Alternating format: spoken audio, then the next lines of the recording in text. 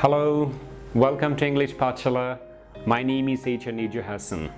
Today I'm here with a very new lesson that is called Modal Verbs. Must, should, and one semi-modal verbs have to. Sometimes we are confused here very much.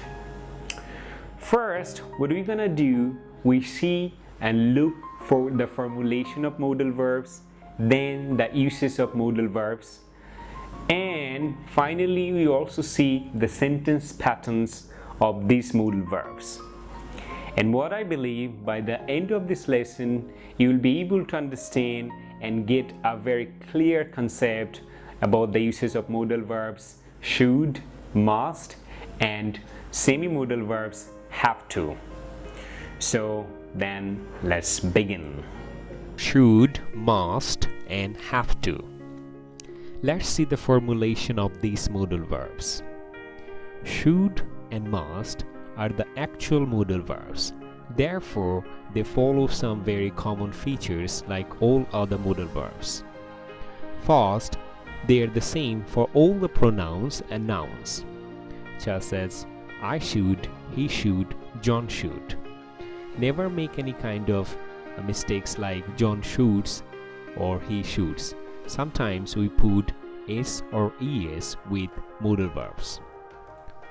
Next, they are always followed by the infinitive without to, such as you should walk. Never say I should to walk.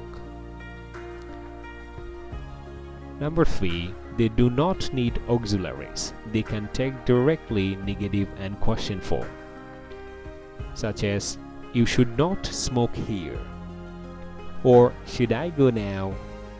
Sometimes we see some speaker, they make some very common mistakes. They add extra do or do not to make questions and negative form, such as do you should swim or I do not should swim. These are very wrong examples of modal verbs. Lastly, they never combines with another modal verbs, such as I should must work now. So be careful about the formulation of modal verbs. Moving on to the have to. Have to is a semi-modal verb. It is used like a modal verb because it fulfills a specific function of modal verbs, but it behaves like an ordinary verb in its formulation.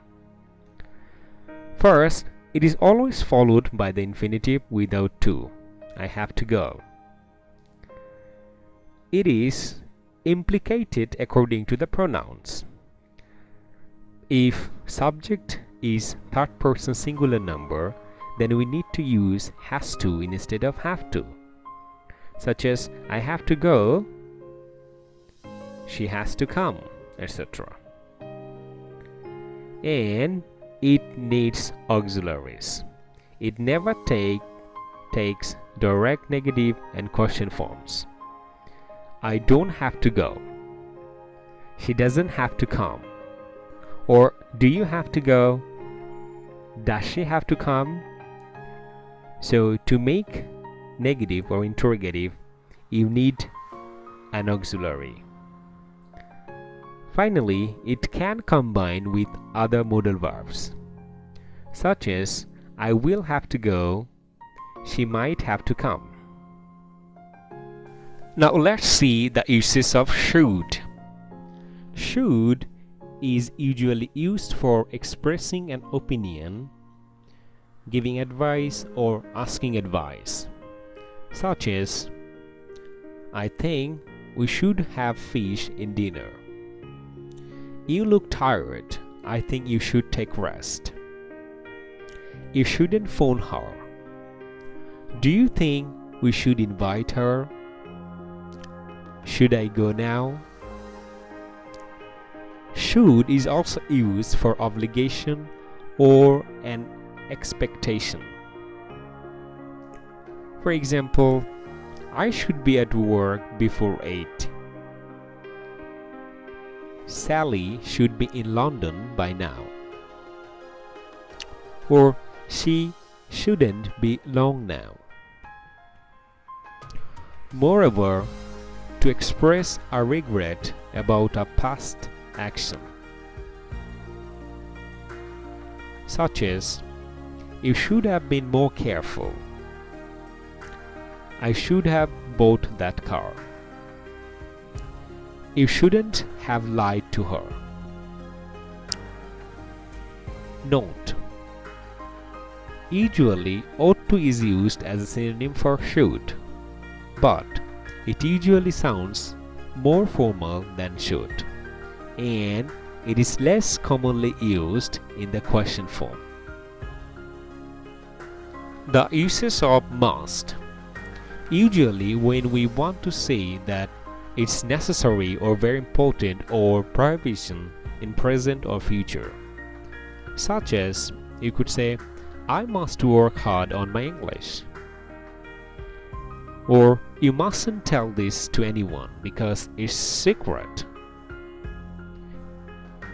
This is the best film I have ever watched. You must watch it too.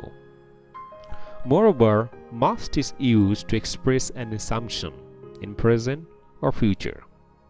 For example, you must be tired after a long time work. Finally, the uses of have to.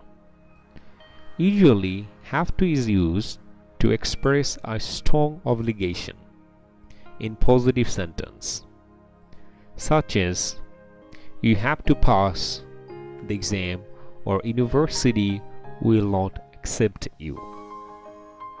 I have to arrive at work at 8 sharp. My boss is very strict.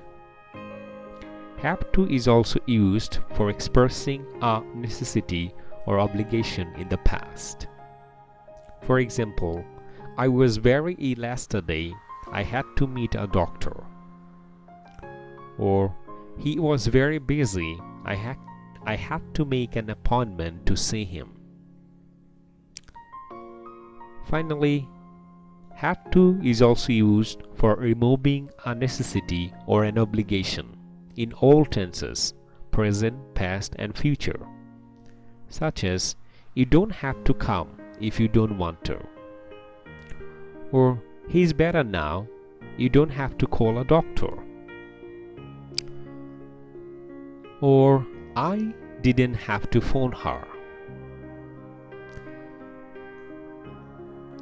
Here, you need to remember, as you can see, the main differences between must and have to is that must is a necessity felt by the speaker, whereas have to is an external obligation or rule. If this difference is not relevant, you can use must and have to interchangeably in positive sentence. So that's all about the modal verb have to as well as must and should. Thank you very much.